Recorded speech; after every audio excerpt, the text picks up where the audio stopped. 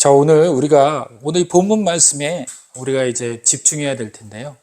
우리 한 마음으로 본문에 정말 깊이 있는 생각을 좀 집어넣어 봤으면 좋겠습니다. 오늘 이 주님께서 지금과 같은 어려움 가운데, 지금과 같은 힘든 상황 가운데 우리에게 기뻐하라라고 이야기하십니다. 그런데 뭐라고 이야기하시냐면요, 주 안에서 그냥 기뻐하는 것이 아니라 항상 기뻐하라.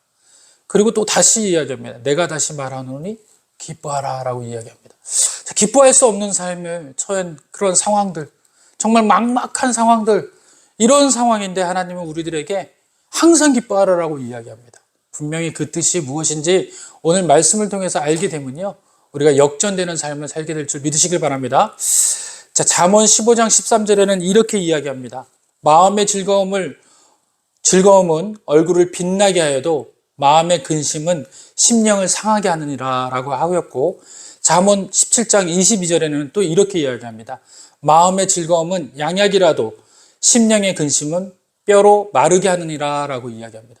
그렇습니다. 심령의 근심하고요, 그 다음에 마음의 근심은요, 우리의 뼈를 상하게 하고 우리의 전체를 병들게 한다라고 성경에는 쓰여지고 있습니다. 그런데 주님은 또 오늘 이 빌립보서를 통해서 주 안에서 항상 기뻐하라, 내가 다시 말하노라 기뻐하라 라고 이야기하면서 그 마음의 근심과 걱정과 괴로움에 분명히 답이 있다라고 말씀을 주시는 겁니다. 이 같은 우리들의 어려운 마음, 또 즐거움이 필요하고 기쁨이 필요한 이 마음이 분명히 어딘가에서 얻을 수 있다라고 말씀을 하고 계십니다. 주 안에서 항상 기뻐하는 것이 바로 오늘 본문이 우리들에게 주시는 그 기쁨의 원천인 줄 깨닫으시길 바랍니다. 그래서 오늘 우리들이 즐거움 같지 않는 그런 불편한 마음일지라도 오늘 이 본문을 통해서 위로받으시고 또 회복되어지는 역사가 있으시기를 간절히 축원드립니다. 자, 오늘 본문은요, 빌립보서라는 그 서신에서 나오는 말씀이에요. 이 빌립보서는요, 참 애매한 그 서신입니다. 바울이 로마 감옥에서 각 지역마다 편지를 보내요. 그런데 빌립보라는 곳에 편지를 보냅니다. 근데 여러분들 이 빌립보라는 곳이 어디냐면요, 여러분들 사도행전 잠시 한번 볼까요? 사도행전 16장에 보면요, 그 바울과 실라가 그 빌립보라는 지역에 가가지고 그곳에 예수를 믿는 사람이 없는 거예요. 회당이 없는 거예요. 두세 사람이 모이거나 10사람이 모이면 회당이 자연적으로 생기게 됩니다. 근데 그 땅 가운데는 회당이 없는 거예요. 다시 말하면 10명의 믿는 성도가 그 자리에 없는 겁니다. 그래서 어디에서 이제 이분들이 원래는 바울과 실라가 어디 지역에 가서든지 회당에서 예배를 드리게 돼 있어요. 거기서 기도를 하게 돼 있고. 그런데 이 지역은 회당이 없어요. 지금 교회가 설치되어 있지 않습니다. 그러다 보니까 어디에서 있냐면 기도할 곳을 찾아서 돌아다니게 된 거예요. 그러다가 어떤 경우에냐면 귀신 들린 여종 하나를 만나게 된 겁니다.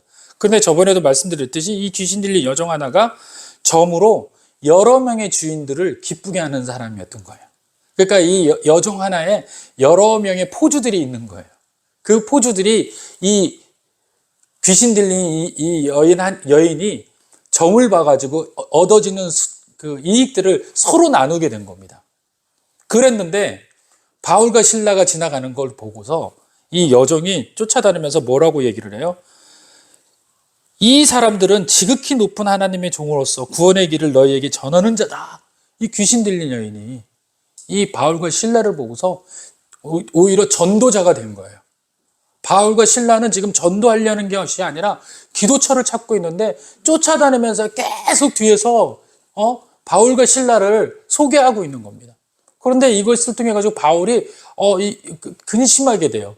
왜냐하면 이제 막 너무 복잡한 그런 그 길에서도 이 여인이 소리를 지르니까 피치 못할 그런 일들이 벌어질 수 있어서 그것을 막으려고 이 여인을 어떻게 했냐면 귀신을 떠나가게 했어요. 귀신을 떠나가게 합니다. 귀신 들린 자 귀신이 떠나가는 사건이 일어난 거예요. 그러다 보니까 이 여인을 통해 가지고 이익을 받던 사람들이 그것을 신고하게 돼요. 그래서 바울과 실라가 졸지에 그들에게 잡혀서 감옥에 갇히게 되는 사건이 일어난 겁니다. 근데 감옥에 갇히는 게 그냥 감옥에 갇힌 게 아니라 엄청 두드려 맞은 거예요. 바울과 실라가 엄청 그 자리에서 두드려 맞아서 그들이 깨고 나니까 어디예요? 감옥 안이었어요. 그리고 손 발이 다 묶여 있는 겁니다. 도대체 이해할 수 없는 일이 벌어진 거예요. 그것도 어떤 일이냐면요. 보니 바울과 실라는 원래 빌립보로 가려고 하는 마음이 아니었어요. 다른 곳으로 가려고 했었는데 성령님이 마음을 주셔서 빌립보를 가라라고 이야기를 하신 거예요. 그래서 빌립보를 간 거예요. 그런데 그곳에 기도할 곳도 없고 예배처도 없고 또 귀신 들린 자가 와가지고 회방을 하고 또 귀신 들린 자를 불쌍히 여겨가지고 귀신을 해결을 했더니만 갑작스럽게 그들이 신고함으로 인하여서 그들이 두드려 맞고 그러고 난 다음에 감옥에 들어가게 된 거예요. 일어났더니 어떻게 됐어요? 바울은 지금 이 상황을 이해할 수도 없는 상황이 된 겁니다. 자, 여러분들 이쯤 되면은 어떤 마음이 생길까요? 정말 주님의 마음으로, 주님 명령으로, 주님 뜻하신 대로, 주님 말씀대로 일을 했는데 찾아온 건 뭐예요? 고난이에요. 고난과 고통이에요. 그리고 이 감옥이라는 곳은요, 언제 죽을지 모르는 그런 위기가 늘 있는 곳인 거예요. 그리고 또한 그 예전에 중세시대 때 감옥은 여러분 생각해 보세요. 차디찬 바닥에 아무것도 없는 그야말로 정말 어려운 그런 상태에 놓여 있는 그런 환경 아닙니까? 아무튼 바울과 실라는 그런 환경에서 이해할 수 없는 사건들을 맞이하면서도 그날 저녁에 무엇을 했냐면요. 하나님께 감사와 찬양을 드립니다. 그렇게 두드려 맞고 그렇게 혼란한 상황에서 두려울 텐데 그리고 불평, 불만이 얼마나 많았겠어요. 정말 내가 하나님을 위해서 일했는데 고작 지금 저에게 오는 것이 이 정도입니까? 제가 주님을 위해 가지고 여기까지 왔는데 또 주님이 가라고 해서 여기 왔는데 결국 우리들에게 온 거는 이겁니까? 죽음과 같은 이 어려움입니까?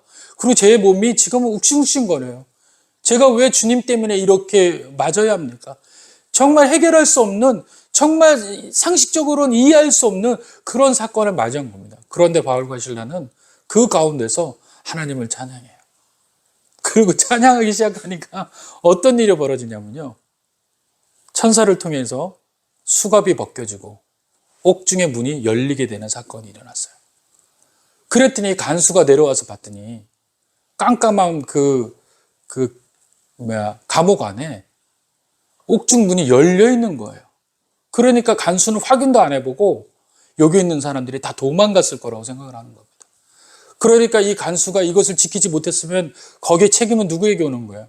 이 간수에게 오는 거예요. 그래서 이 간수가 자결을 하려고 거기서 칼을 빼들고 자결을 하는 순간 바울이 멈추라고, 우리는 나가지 아니했다고, 우리는 감옥에 있다고 염려하지 말고 그 손에서 칼을 놓으라라고 이야기하는 거죠. 그러고 난 다음에 바울을 보면서 바울을 통하여서 그 바울이 믿고 있는 하나님을 찬양하기 시작을 합니다.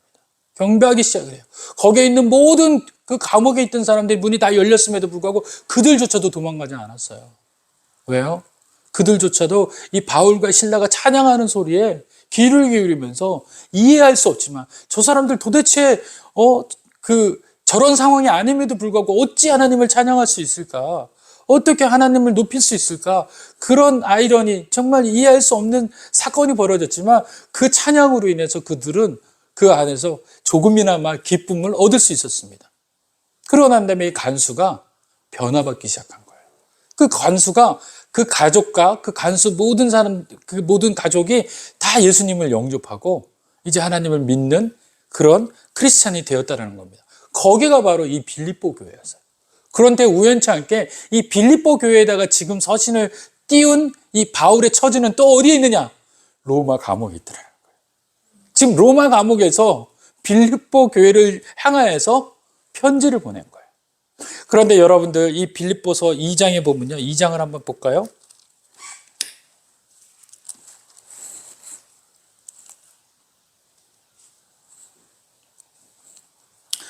2장 3장 1절을 한번 먼저 보겠습니다. 3장 1절 3장 1절에 보니까 어떻게 했냐면 끝으로 나의 형제들아 주 안에서 기뻐하라.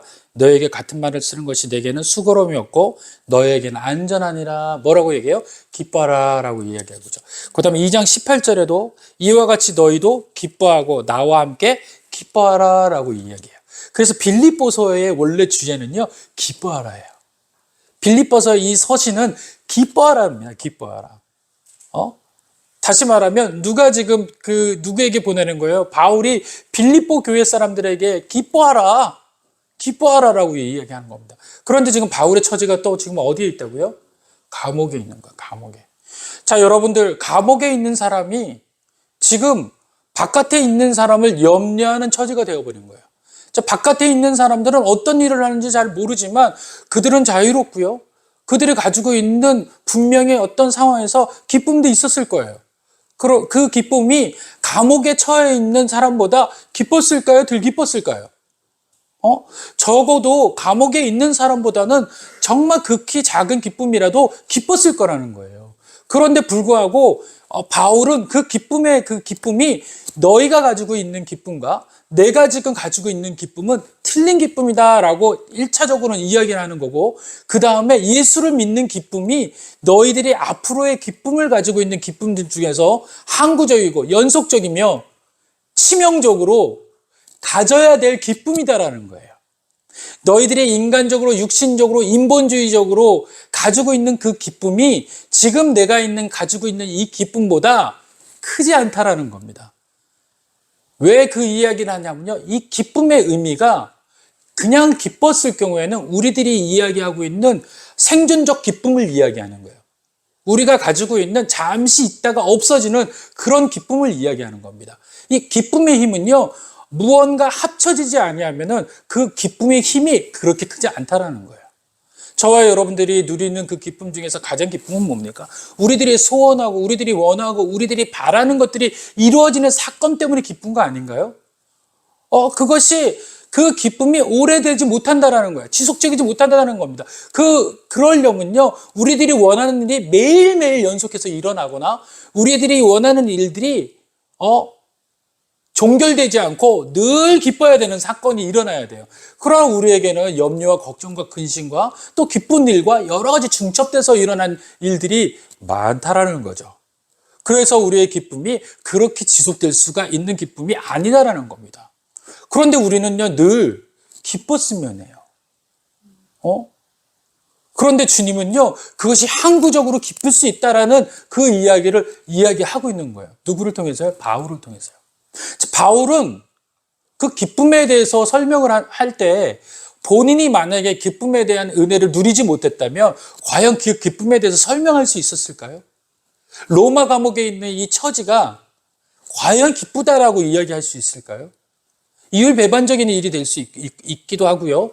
또 그 기쁨이 진짜 기쁨이 아니면 이것은 거짓일 수도 있어요. 또한 많은 사람들이 생각했을 때 그 바울이 서신을 아무리 잘 쓴다고 하더라도 많은 사람들이 그 서신을 보고서 바울이 과연 기뻤을까 하는 생각들을 갖지 않을 수 없는 상태가 될 수도 있다는 겁니다. 그런데 이 서신을 보면요, 구구절제 바울의 은혜들을 갖게 되고요, 또 이 바울의 은혜를 통해서 서신을 받는 자들마다 본질적 기쁨을 찾아 헤매게 되더라는 겁니다. 오늘 저와 여러분은요, 이 본질적 기쁨, 사도 바울이 지금 빌립보에게 보냈지만 오늘은 이름교회에 대해서 이 기쁨에 대한 이야기들을 하려고 하시는 거예요. 오늘은 이 기쁨을 우리가 한번 받아보면서 우리가 빌립보에 있는 교회에 있는 사람이라고 생각을 하고 이 본질적인 이 기쁨에 대한 서신을 우리가 해석해 내기를 원합니다. 기쁘다라는 헬라어로는요, 카이로라는 말이에요. 신약 성경에서 이 이야기는 평안하다라고 이렇게 번역이 됐는데요. 신약 전체에는 74번, 4번이 쓰였다고 합니다. 빌립보서에서만요, 9번이나 쓰였습니다. 이 카이로라는 이 이야기 명사는요, 카라, 기쁨과 카리스, 은혜, 그것을 합쳐서 카이로라는 이 말에 결정체가 되는 거예요. 그러니까 다시 말하면요, 두 가지가 합쳐져요. 카라와 카리스. 그 이야기에 단어와 연결되어 있는 겁니다. 이 카라라는 것은 우리가 조금 전에도 이야기했지, 기쁨이에요. 우리가 육신적으로 느낄 수 있는 그런 기쁨, 이것을 우리는 카라라고 얘기합니다. 이 카리스는요, 은혜예요, 은혜. 우리가 갖는 기쁨이 아니라 누군가에서부터 온 거, 하나님으로부터 오는 은혜인 겁니다. 그래서 기쁨과 은혜가 합쳐지면 뭐가 되는 거예요? 카이로가 되는 거예요. 그러니까 오늘 저와 여러분이 기뻐하다라고 이렇게 이야기하는 건 뭐예요? 기쁨이라는 우리가 가지고 있는 본질적인 것과 하나님이 주시는 카리스가 합쳐지게 되면 우리에게 뭐가 되는 거예요? 기뻐하다로 바뀌게 되는 겁니다. 그래서 여러분들이 가지고 있는 기쁨과 하나님이 주시는 은혜가 합쳐져야 기뻐하다라고 우리가 더 확장될 수 있는 기쁨을 우리가 가질 수 있는 겁니다. 그래서 이 카이로를 영어로는 rejoice라고 이야기해요. 이 기뻐하는 것을 환호하게 되고요. 또 이 기뻐하는 것을 잠시 이걸로 끝내는 것이 아니라 연결시키다, 연속되어지다라는 의미를 갖게 되는 겁니다. 오늘 저는요, 여러분들 이 말씀 속에서 여러분들이 기쁨이 연속되어지길 원해요. 단발성으로 끝나는 기쁨이 아니라 계속해서 지속되어져서 이 기쁨 안에서 여러분들이 본질적 은혜를 회복되어지길 원합니다. 예수님은 이것을 뭐라고 얘기했냐면요, 아까 전에 우리 사모님도 기도했다시피, 우물가의 여인이 예수님을 만남으로 인해서 삶이 어떻게 됩니까? 변하게 되죠. 기쁨을 받게 돼요. 우물가의 여인이 찾아와서 물을 뜨러 왔었는데 예수님이 뭐라고 이야기하세요? 영원히 나오는 물을 네가 알았더라면 지금처럼 목마르지 아니었을 텐데 라고 이야기합니다. 그런데 그 여인이 그 물을 달라라고 이야기해요. 그러고 난 뒤에 그 물이 누구라라고 이야기를 하고 계시는 거예요. 바로 예수님이다라고 이야기하시는 거예요. 오늘 우리들의 이 기쁨에 대한 것은요, 바로 육신적인 영적인 목마름에 대한 이야기를 하고 있는 거예요. 그 목마름의 해결은 바로 주님을 만나야지 해결될 수 있는 줄 믿으시길 바랍니다. 그래서 오늘 4장 4절에는 제일 먼저 안에 이 이야기가 나오는 거예요. 주 안에서 항상 기뻐하라라고 이야기합니다. 기뻐하라라는 것이 은혜와 우리의 기쁨이 만나서 확정적인 건데, 그 기쁨이 그냥 머물러 있을 경우는 우리들이 삶 가운데서, 육신적인 가운데서 잠깐 얻어지는 그런 기쁨이 될 수 있지만, 그것이 항구적으로 바뀌려면 어떻게 해서 기쁨이 얻을 수 있다고요? 주 안에 있어야지만 항구적인 기쁨이 되어질 수 있다는 거예요. 그래서 오늘 빌립보서에서는 자신이 가지고 있는 기쁨, 바울이 가지고 있는 기쁨을 빌립보 교회에다가 이야기하는데, 그 기쁨의 원천은 내가 감옥에 있어서도 이렇게 기뻐할 수 있는 이유는 주 안에 있기 때문이라는 거예요. 오늘 저와 여러분들이 원초적으로 정말 본질적인 기쁨을 갖길 원한다면 주 안에 계셔야 돼요. 주 안에 속해 있어야 돼요.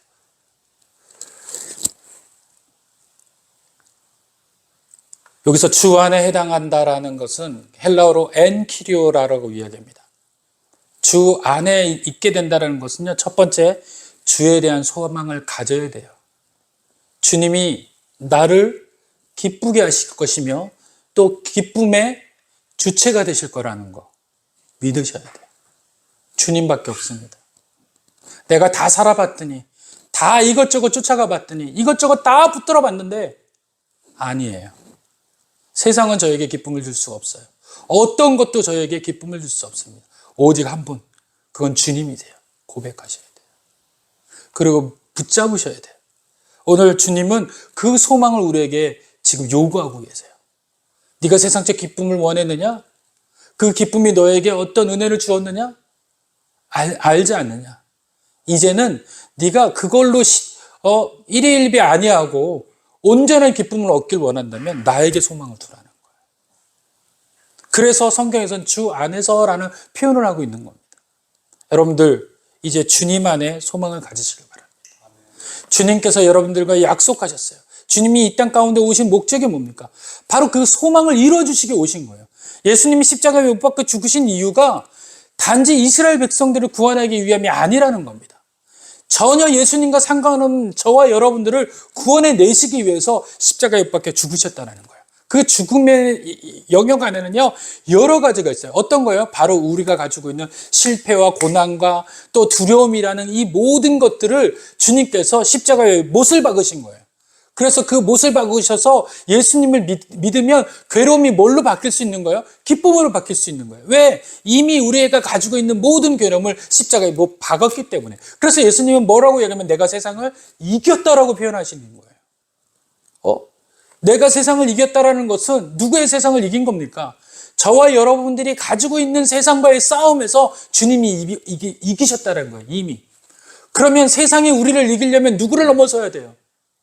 예수님을 넘어서야 된다는 거예요. 그러니까 두려움이 우리를 죽일 수 없다라는 겁니다. 여러 가지가 어려움들이 고난과 환난이 우리를 넘어설 수가 없어요. 우리를 넘어서려면 누굴 먼저 넘어서야 돼요? 환난을 이기신 예수님을 넘어서야 되는 거예요. 거기에 대한 소망을 가지라는 거예요. 두려워하지 말고 붙들으라는 거예요.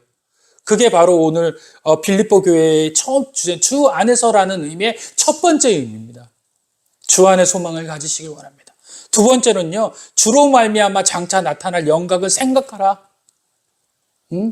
다시 말하면요, 우리 뒤에 주님 때문에 얻게 될 우리들에게 만족과 기쁨과 또 우리들에게 여러 가지 환경적으로 이해할 수 없는 일들, 좋아질 일들이 일어날 거라는 거예요. 자, 우리들에게 어려움도 우리가 기대할 때 왔습니까? 전혀 기대하지 못한데 어려움 찾아오잖아요. 기쁨 또한도 우리가 기대하지 못한 순간에 찾아오게 될 줄 믿으시기 바랍니다. 그것이 바로 하나님이 우리들에게 주실 영광이에요, 영광. 주로 말미암아 나타날 영광이라는 거예요. 이 영광은요, 나타났던 영광도 있지만 나타나게 될 영광을 이야기하는 것이 더 많다라는 겁니다. 그래서 주님을 믿는 이 믿음 안에는요, 앞으로 되어질 상황들에 대한 은혜가 있게 된다는 거예요. 지난번에도 제가 얘기를 드렸죠. 여러분들 인생의 모든 것을 한번 쫙 펴보시고 인생에 그 펼쳐진 앞으로의 미래에 대한 걸 잘 모르시잖아요. 근데 과거는 지나왔잖아요. 그렇죠? 그럼 미래에 대한 불확실성을 어떻게 우리가 확실성으로 바꿀 수 있느냐? 미래와 과거를 쫙 손으로 한번 펼쳐보세요. 여러분들 손을 저처럼 한번 펼쳐보세요. 그러고 난 다음에 왼편은 과거입니다. 그 과거가 정말 좋았더라면, 정말 하나님이 지키셨다면 이것을 오른편으로 갖다 대보세요. 그것이 여러분들의 미래가 될 거라는 거예요. 그것이 주님이 주실 영광이라는 거예요. 과거에서부터 지금까지 여러분들이 어려웠지만 행복하고 또 어떨 때는 기쁨도 있었고 어떨 때는 너무너무 좋았잖아요. 그러면 미래 역시 그렇게 될 가능성이 크다라는 거예요. 어떻게 하면 될 겁니까? 주님을 믿고 주님이 주시는 영광을 생각하면서 기뻐하라는 거예요. 할렐루야. 세 번째는요, 주님을 전적으로 의지하는 신앙 가운데서 기뻐하라는 겁니다. 이 주 안에서라는 것은요, 주님을 전적으로 의지하는 신앙 가운데서 기뻐하라라는 목적이 있습니다. 우리가 정말 주님을 신뢰합니까? 우리가 신뢰하는 게 무엇이에요? 고난을 더 신뢰합니까? 지금 어려움을 더 신뢰합니까? 이 어려움이 계속 진행될 거라고 거기에 신뢰의 물을 주고 있어요? 신뢰의 양식을 주고 있습니까? 그럼 우리는 어려워질 거예요. 그러나 주님께서 분명히 나를 회복시킬 거라는 거. 주님을 의지합니다. 주님밖에 없습니다. 거기에다 물을 주셔야 돼요. 주님에게 내 믿음을 주셔야 되는 거예요. 어려움에 자꾸 물을 주면 안 돼요. 여러분들 믿음이라는 그 씨앗을 심었는데 심자마자 나가면서 불평이라는 물을 줘버리면 그 씨앗은 불평으로 인해서 믿음이 죽어버리는 거예요. 그런데 믿음이라는 걸 심어놓고서 거기에다 믿음에 대한 신뢰를 자꾸 한번 부어보세요. 그러면 그 신뢰가 믿음의 그 가지를 쳐서 웅장한 나무가 될 줄로 믿으시길 바랍니다. 그러고 난 다음에 그 나무 밑에 제가 심는 거예요. 그게 로뎀나무예요. 신뢰의 나무고 하나님께서 주시는 은혜의 나무인 줄 믿으시길 바랍니다. 네 번째로는요, 성령께서 친히 도우시기 때문에 기뻐할 수 있다는 겁니다. 우리가 이 세상을 사는 것은 고아가 아니에요. 성경에서는 너희가 고아처럼 버려두지 않겠다라고 예수님이 이야기합니다. 예수님이 승천하신 이유, 그 이유는 뭐예요? 성령을 보내시기 위한 건데 성령을 보내시는 목적이 뭡니까? 너희를 고아처럼 내버려두지 않을 거라는 거예요. 부모 없는 자가 아니라는 거예요. 너희들은 부모가 있는 자라는 거예요. 여러분들 하나님이 계세요. 이걸 놓지 말으셔야 돼요. 정말 하나님이 약속하셨잖아요. 하나님 저에게 보여주셨잖아요. 오늘 주일날 말씀 주셨잖아요.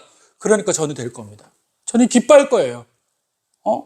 지지난주에 한 여인에게 이야기했죠. 예수님이 그 여인에게 게라라고 취급을 했는데도 불구하고 그 여인은 믿음을 잃지 않잖아요. 그럼에도 불구하고 주님, 저는 주님의 종입니다. 절대 주님이 무슨 일을 말씀을 하시더라도 저는 주님에 대한 믿음을 거두지 않을 거예요. 붙들어야 돼요. 어떤 상황이라도. 그랬을 때 주님은 우리 안에서 기쁨으로 회복시켜 줄 줄 믿으시길 바랍니다. 다섯 번째는요, 이 주 안에서 기뻐하라는 의미는요, 구원의 은혜를 기뻐하라는 거예요. 주 안에서 기뻐하라는 건 누구예요? 예수님을 주로 맞이하는 사람들이 표현할 수 있는 방법입니다.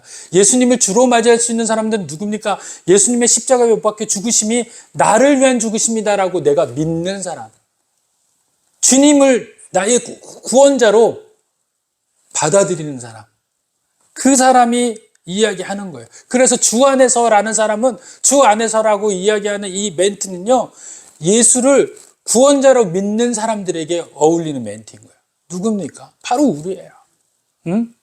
그래서 주 안에서 우리에게 오신 목적이 뭐예요? 바로 구원의 은혜를 주시기 위한 거예요. 십자가에 못 박혀 죽으신 이유가 뭡니까? 나를 건져내기 위한 거예요. 나를 죄에서 건져내시고 사망에서 건져내시고 절망에서 건져내시고 지금 여러 가지 어려움에서 건져내시길 위해서 주님은 십자가에 못 박혀 죽으셨다는 거예요. 만약에 우리가 삶 가운데서 기쁨이 계속해서 주님을 믿는데도 불구하고 없다면 그 이야기는 거짓말이 되는 거예요. 십자가의 죽으심이 거짓말이 되는 겁니다. 십자가의 죽으심은요, 전적 나를 위한 죽으심이에요. 그러니까 이걸 믿으셔야 돼요. 주님이 나를 위해서 십자가에 못 박혀 죽으셨는데 이 고난 같은 것이 나를 회방하고 어렵게 해요. 나를 공고하게 합니다. 이 어려움과 고난이 주님을 넘어설 수가 있어요? 주님이 십자가보다 더 커요? 아니잖아요. 주님이 더 크세요. 믿으시길 바랍니다. 주님이 우리를 건져내실 줄 믿습니다. 그래서 바울은 주 안에서 기뻐하라 라고 이야기합니다. 그리고 여섯 번째는요, 예수님이 모범을 보이셨어요. 기쁨의 모범을. 할렐루야. 자, 히브리서 12장 2절을 한번 봅시다. 자, 예수님께서 여러분들 저를 그 12장 2절도 피지만 저를 잠깐 보세요. 예수님께서 십자가라는 것을 우리들이 봤을 때 그 당시에 최고의 그 악독한 사람이라는 범죄가 극에 달했던 사람들을 이제 그 판결이 십자가형이에요. 지금 말하면요, 범죄자 중에서 가장 크게 범죄한 사람들을 사형제도가 바로 이 십자가인 거예요. 그런데 우리가 생각하는 사형제도로서의 십자가와 예수님이 생각하는 예수님이 져야 할 십자가는 틀려요, 본질적으로. 사람이 죄를 짓고 당시에 죽어야 되는 그 사형 판결로 인해서 죽는 십자가형은 죄를 지음으로써 짓게 되는 거죠. 그러나 그건 인간들끼리 자기들끼리 나눠서 짓는 죄예요. 사형제도라는 것도. 그렇죠? 그런데 이거는 신이 죽으신 거예요. 신이 인간들이 자기네들이 판단해서 없는 죄를 뒤집어 씌워서 창조주를 죽이게 되는 사건이에요. 이건 인간들끼리 자기들끼리 죄 져서 십자가에 못 박혀 죽는 그런 사건이 아니라는 거예요. 자기들이 창조당한 피조물들이 창조들을 십자가에 못 박는 사건인 거예요. 그것도 자기들의 죄를 위하여서. 놀라운 거죠. 놀라운 거죠. 자, 그러면 그 참혹한 어려움을 어떻게 그걸 해결했다고요? 히브리서 12장 2절. 자, 다 같이 시작. 믿음의 주여 또 온전하게 하시는 이인 예수를 바라보자. 그는 그 앞에 있는 기쁨을 위하여 십자가를 참으사 부끄러움을 개의치 아니하시더니 하나님 보좌 우편에 앉으셨느니라. 예, 할렐루야, 아멘. 자, 그는 그 앞에 서 있는 뭐다고요? 기쁨을 위하여 십자가를 참았다라는 거예요. 기쁨을 위하여 십자가를 참았대요. 그 기쁨이 뭡니까? 바로 저와 여러분을 구원해내는 거예요. 할렐루야. 자, 오늘 여기에 속해 있는 모든 분들이 우울하고 고난과 염려와 걱정과 근심이 여러분들이 가지고 있죠. 그 가지고 있는 근심과 걱정을 해결하기 위해서 십자가의 기쁨을 참으셨다라는 거예요. 너의 그 모든 것들, 너가 가지고 있는 그 고난을 내가 해결할 거야. 그래서 십자가를 참으신 거예요. 그래서 우리가 가지고 있는 이 고난도 그 십자가에 이미 못을 바뀌었다라는 거예요. 못 바뀌었다라는 겁니다. 그렇기 때문에 주님은 우리들에게 이제 뭘 주시는 거예요? 궁극적인 기쁨을 주시는 거예요. 영원한 기쁨을 주시는 겁니다. 이 영원한 기쁨은 이야기했듯이 구원의 기쁨이에요. 그 구원 안에는요, 저를 보세요. 구원 안에는요, 모든 영역이 다 있는 거예요. 여러분들이 죽고 난 다음에 여러분들 죄에서만 하나님이 구원해 내셨다? 죄에서만 구원해낸 사건을 구원이다라고 얘기하지 않아요. 여러분들의 환경에 대한 사건을 건져내셨다. 구원인 거예요. 여러분의 고통에서 여러분들을 건져내셨다. 구원인 거예요. 여러분들의 모든 사건들, 고난과 근심과 걱정과 여러 가지에 있는 그 모든 것을 건져낸 상황을 구원이라고 얘기하는 겁니다. 여러분들이 죽어가는 죄로서 가지고 있는 그것만 건져낸 게 구원 사건이 아니에요. 주님이 십자가 못 박혀 죽으신 게 그것만이라면은 주님은 정말 힘드신 그 일을 하신 거예요. 왜냐하면 다른 구원을 위해서 또 죽으셔야 되거든요. 그게 아닌 거예요. 한 인간에게 가지고 있는 모든 것, 태어났을 때부터 죽게 될 때 일어날 수 있는 모든 것에 대한 것들을 구원해 내신 거예요. 그래서 여러분들이 지금 어려워하고 걱정하고 근심하는 모든 사건에서도 결과적으로는 주님이 건져내신 거예요. 이건 뭐예요? 내실 거가 아닌 거예요. 내신 거예요. 그래서 그게 기쁨이라는 거라고 이야기하시는 겁니다. 그런데 어느 때? 주 안에서 주를 내 주님이다라고 믿을 때 거기에서 건져냄을 여러분들이 삶으로 체감하게 된다는 겁니다. 여러분들 이거 중요한 얘기예요. 여러분들 주 안에서 주님을 향해서 내가 정말 주님을 믿는지를 먼저 생각을 해보세요. 신뢰하는지를 생각하셔야 돼요. 이 어려운 일이 있을 때 분명히 주님이 나를 구원하실 거라는 것에 힘을 주느냐, 아니면 그렇지 이 어려움이 나를 어떻게, 나는 안 되나 봐, 여기에다가 자기의 믿음을 붓는지. 주님이 나를 위해서 오신 목적은 그게 아니라고요. 십자가에 죽으신 이유는요, 그 한 사람의 사건, 태어났을 때 죽을 때까지 모든 사건을 구원해 내기 위해서 오신 거기 때문에 그걸 만약에 내셨다라는 걸 믿게 되는 순간 어려움들이 오더라도 우리는 그 신뢰를 잃어버리면 안 돼요. 분명히 이미 나는 주님을 믿어서 구원받은 자라는 거죠. 구원은요, 그렇게 단번에 사건으로 이루어지는 게 아니에요. 연속적인 사건이 일어나는 거예요. 그럴 때마다 믿는 사건이 더해져야지 구원에 대한 확신이 오는 거예요. 아니, 예수님이 십자가에 못 박히신 거 저 믿는다니까요? 그런데 왜 이런 사건이 와요? 저는 믿었는데. 그 질문 자체가 믿는 거예요, 안 믿는 거예요? 안 믿는 거예요. 그 질문이 아닌 이런 어려움이 오더라도 주여, 저는 믿습니다. 이미 저를 구원했기 때문에.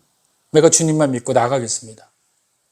이렇게 나가는 것이 주님이 이야기하시는, 또 바울이 이야기하는 주 안에서 기쁨이다라고 이야기하는 겁니다. 그렇습니다. 주님께서 먼저 기쁨을 위하여 십자가를 참으신 것을 기억하세요. 자, 그 기쁨을 위하여, 그 기쁨의 중심이 누구라고요? 바로 저와 여러분이라는 거예요. 그러면 이 반대로 우리의 기쁨의 중심은 누가 돼야 돼요? 주님이 되셔야 돼요. 할렐루야. 주님의 기쁨은 우리였는데 우리의 기쁨은 누가 되셔야 돼요?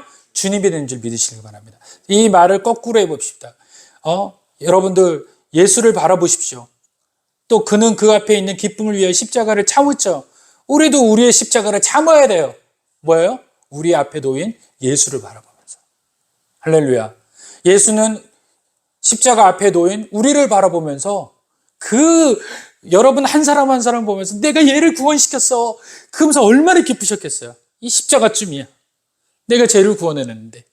이렇게 기뻐하시면서 십자가를 지신 것처럼 우리 역시도 주님이 앞에 계신데 우리에게 놓여진 이 사건이 뭐가 그렇게 중요해?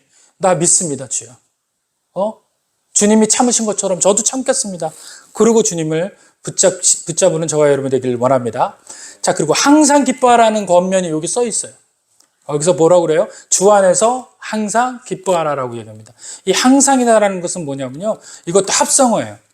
모든 전체라는 뜻과 시간, 기간을 가리키는 단어가 합해진 겁니다.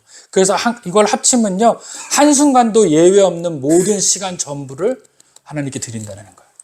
그러니까 다시 말하면요, 주 안에서 기뻐하는데 항상이라는 건 뭐예요? 어떤 거예요? 한순간도 예외 없는 모든 시간 전부를 주님으로 인해서 기뻐하겠다라는 거예요. 한순간도 예외 없이 모든 순간 동안 두려워하지 않고 기뻐하겠다라는 겁니다. 데살로니가 전서에는 뭐라고 얘기해요? 순간순간 항상 기뻐하라라고 이야기하지 않습니까?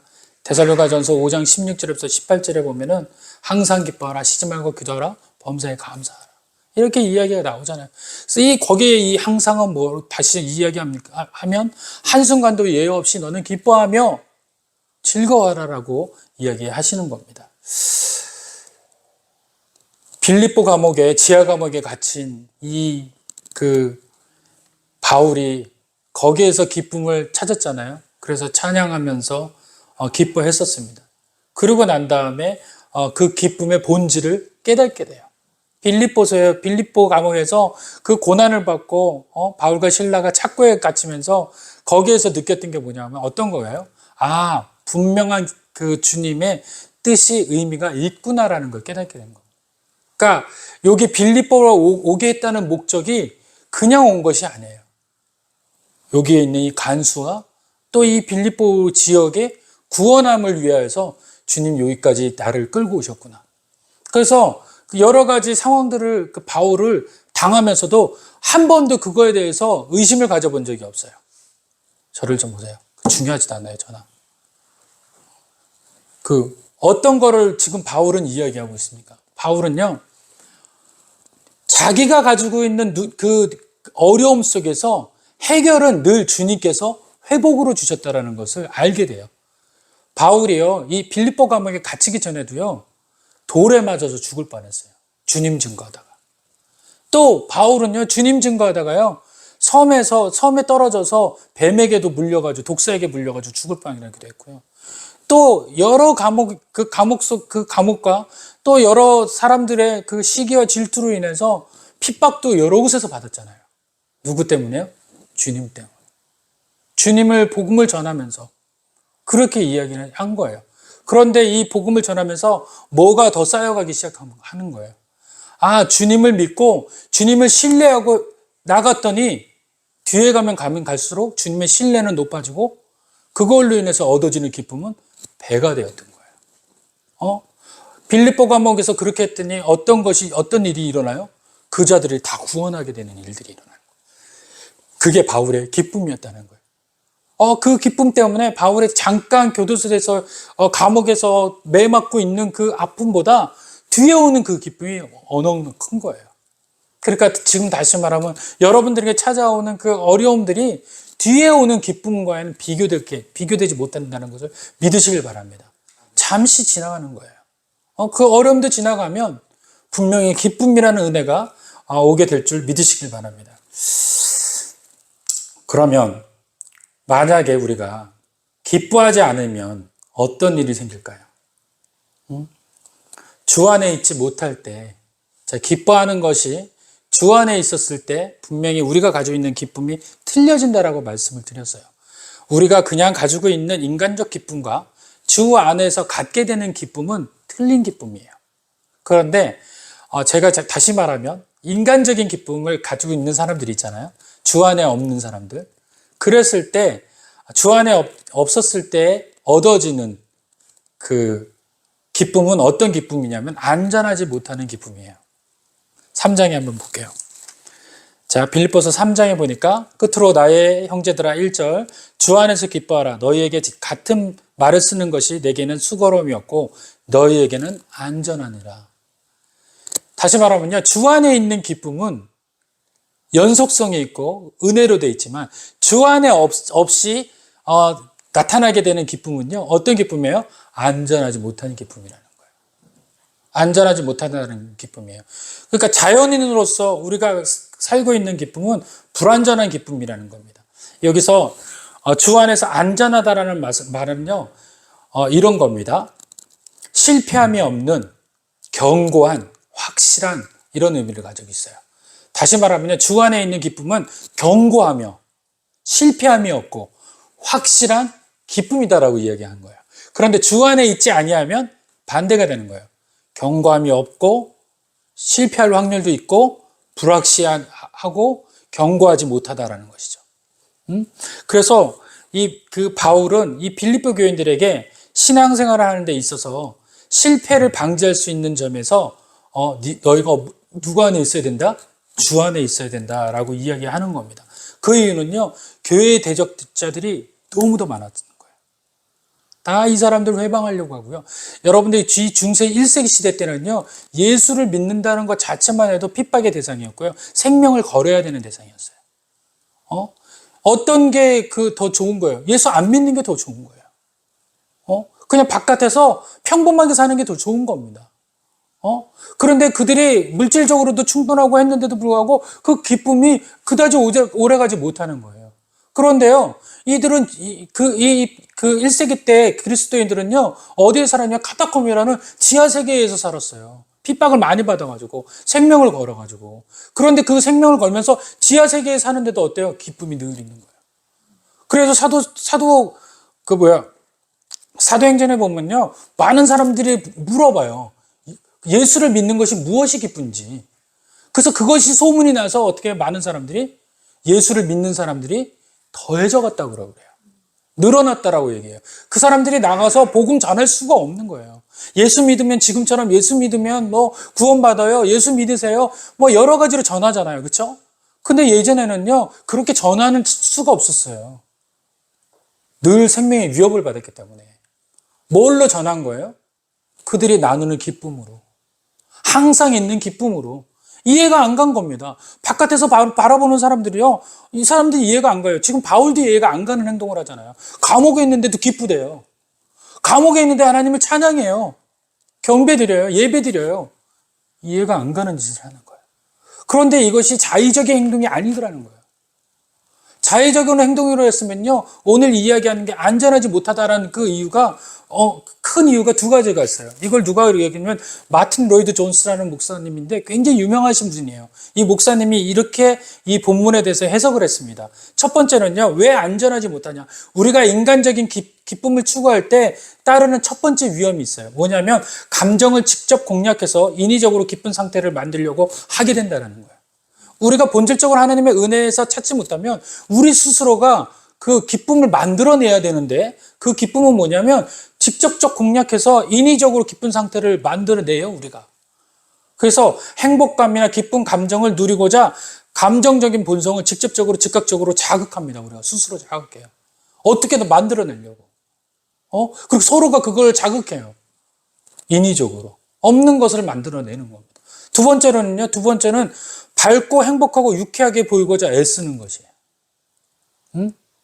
기쁨이 없는데 나는 자꾸 밝고 행복하고, 사실 내 감정과 상태는 전혀 그렇지 않은데 그런 것처럼 스스로를 설득하고 체면을 걸어 행복하고 유쾌한 척하는 것이 바로 이런 거래요. 이것이 위험하다라는 거예요.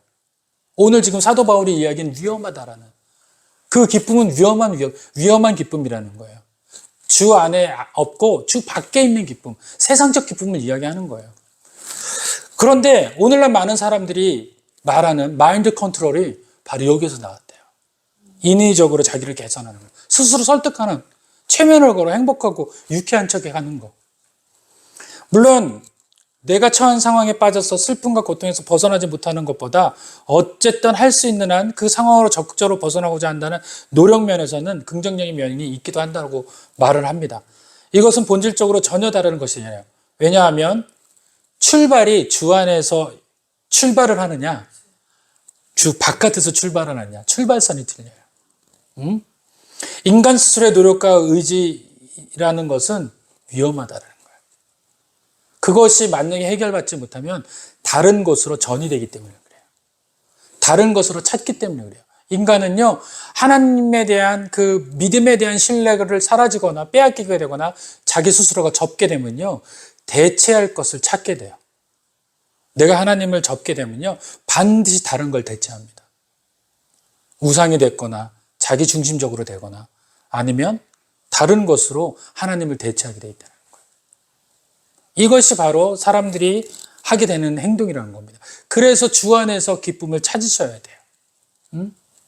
이것이 해결이 안 되면요, 스스로 노력과 의지를 통해서 위험 신호를 계속 가지고 가고요, 안전하지 못한 상태로 넘어가게 됩니다. 그렇게 되면 쉽게 무너질 수밖에 없고 어느 것으로 튈지 모르는 용수철과 같은 인간의 감정과 의지에 기반을 두게 되는 거예요. 막 감정상의 변질이 막 와요. 오늘도 왔다가 내일도 왔다가 막 되게 힘들어지는 겁니다. 그렇기 때문에 우리가 주 안에 있지 못할 때 인간적인 기쁨을 추구하고 인위적인 유쾌함을 보이고자 애쓴다는 것은 정말 생각해 봐야 되는 거예요. 이것은 진정한 기쁨의 근거가 되지 못합니다. 이것을 우리는 불완전한 기쁨이라고 얘기해요. 실족과 실망과 실패를 반복하게 하는 그런 기쁨이 되는 겁니다. 그래서 여러분들 바울은 주 안에서 기뻐하라고 이야기한 거예요. 출발점을 주님에게 둬라. 그 이야기는 너희의 구원자가 주님이라는 거예요. 두 번째는요, 기쁨을 쉽게 상실하게 될 거라는 거예요. 이 기쁨을 상실하게 되면 기쁨이라는 것은 내가 바라는 어떤 욕구가 충족됨에 따라 느끼는 흐뭇한 흡족한 상태를 기쁨이라고 그래요. 인간적 기쁨. 우리가 가지고 있는 기쁨. 그래서 세상 속에서 느끼는 이 기쁨이 해결되지 못하잖아요. 그러면 이제 다른 것에 대한 두려움을 갖게 되고요. 또 이 기쁨을 상실하게 되잖아요. 그러면 낙오하게 된다고 생각을 해요. 자기가. 그리고 늘 우울하다라고 생각하고요. 그 우울이 계속해서 지속되면요. 우울증 호르몬이 머리에서 계속 나오게 돼요. 기쁨에 대한 은혜를 나오면요. 기쁨의 호르몬을 통해서 우리에게 나오는 우울의 호르몬이 적어진대요. 의학적으로. 그런데 자꾸 실패하고 우울한 그 상태로 넘어가면 우울의 호르몬이 더 늘어나서 기쁨의 호르몬이 나오지를 않는 거예요. 그게 이제 자기의 감각적 그 기쁨 안에서 그런 거예요. 그런데 인간은 어디에서 이 강제적으로 기쁨의 근원의 호르몬을 찾을 수 있냐면 바로 하나님을 믿는 믿음에서 찾을 수 있다는 겁니다. 할렐루야. 하나님을 믿는 것이 가장 기쁨이라는 거예요. 하나님을 신뢰하는 것이 가장 기쁨이라는 거예요. 거기에서 멈춰져 있던 호르몬들이 반응하기 시작한다는 겁니다. 이게 의학적인 이야기예요. 그래서 신을 찾을 때 그 호르몬이 나온다라는 거예요. 그래서 오늘 저와 여러분들이 이것을 믿음으로 돌려야 돼요. 요한복음에는 이렇게 요한복음 15장 4절에 이야기합니다. 내 안에 거하라. 선언하시고 요한복음 15장 5절에는 나는 포도나무요 너희는 가지니 저가 내 안에 내가 저 안에 있으면 이 사람은 가시를 많이 맺는다라고 이야기하시고 요한복음 15장 11절에는 내가 이것을 너희에게 이름은 내 기쁨이 너희 안에 있어 너희 기쁨을 충만하게 하려 합니다. 내 기쁨이 누구 안에 있다고요? 너희 안에 있어서 너희의 기쁨을 어떻게 한다고요? 충만케 하라는 거예요. 충만케 한다는 것은요, 물 아기에 차겠다라는 것이 아니에요. 흘러 넘치게 하겠다라는 거예요. 흘러 넘쳐서 너의 기쁨이 다른 사람에게 전이 되게 할 것이다라는 거예요. 할렐루야. 오늘 저와 여러분들이 주 안에 있었을 때 바로 기쁨이 흘러 넘쳐서 다른 사람에게도 전이가 될 줄 믿으시길 바랍니다. 여러분들 가정과 그 모든 상황에서 전이가 되는 기쁨이 있기를 원합니다. 그러면 이 기쁨이 우리들에게 주시는 목적이 뭘까요? 첫 번째는요, 주님이 세상에 있는 자보다 크시기 때문에 그래요. 주님이 세상에 있는 모든 것들보다 크세요. 그래서 주님이 주 안에 있는 기쁨이 우리 안에 있었을 때 그 모든 것을 우리가 뛰어넘을 수 있다는 겁니다. 아까 처음 제가 서두에 얘기했듯이 여러분들 이 세상을 누구를 넘어야지만 우리를 침노할 수 있다고요?